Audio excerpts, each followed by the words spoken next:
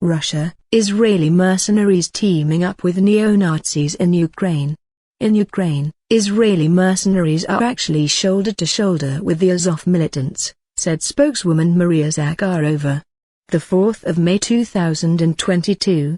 Israelis are fighting alongside Azov, a Ukrainian military battalion with neo-Nazi roots, Russian Foreign Ministry spokeswoman Maria Zakharova said on Wednesday, amid a row between Jerusalem and Moscow over the latter saying Hitler was part Jewish.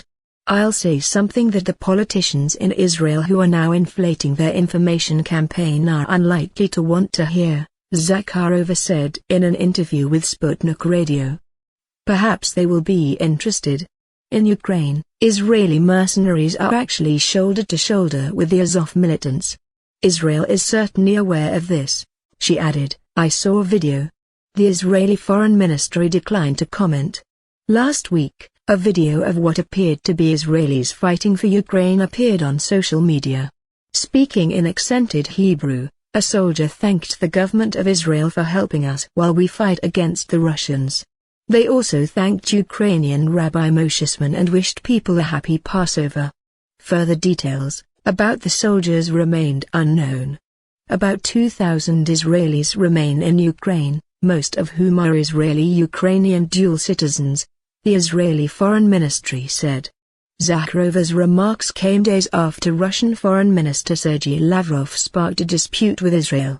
Asked how Russia can be fighting a war of denazification when Ukrainian President Volodymyr Zelensky is Jewish, Lavrov said, "When they say what sort of denazification is this if we are Jews, well I think that Hitler also had Jewish origins, so it means nothing. For a long time now we've been hearing the wise Jewish people say that the biggest anti-Semites are the Jews themselves," Lavrov told Italy's REIT 4. Prime Minister Naftali Bennett, in his most explicit condemnation of a Russian official since the war began.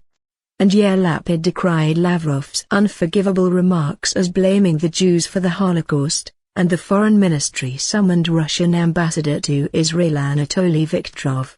The following day, the Russian Foreign Ministry said in the current Israeli government supports the neo-Nazi regime in Kyiv.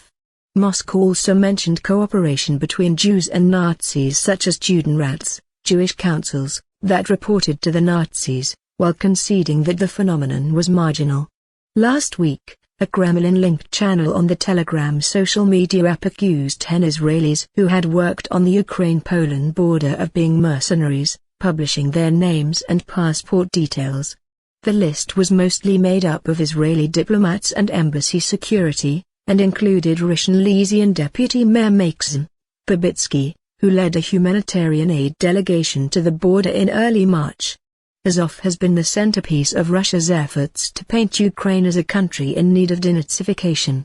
It has roughly 1,000 members, while there were 245,000 active Ukrainian military personnel at the outset of the war with Russia this year, and millions of adult males were required to remain in the country to help in the war effort. The Azov battalion of Ukraine's National Guard grew out of a neo-Nazi group and still has extremist leadership and members. Azov uses the wolf's angel insignia used by Waffen-SS and Wehrmacht divisions during World War II. There are members of the Azov battalion of all backgrounds, including Jewish Ukrainians, and the group has tried to recruit foreign members. Azov has been seen using the Israeli-developed Matador anti-armor platform, donated by Germany, where it was produced. Ukraine's military claims that 20,000 foreigners from 52 countries applied to join its foreign fighters unit.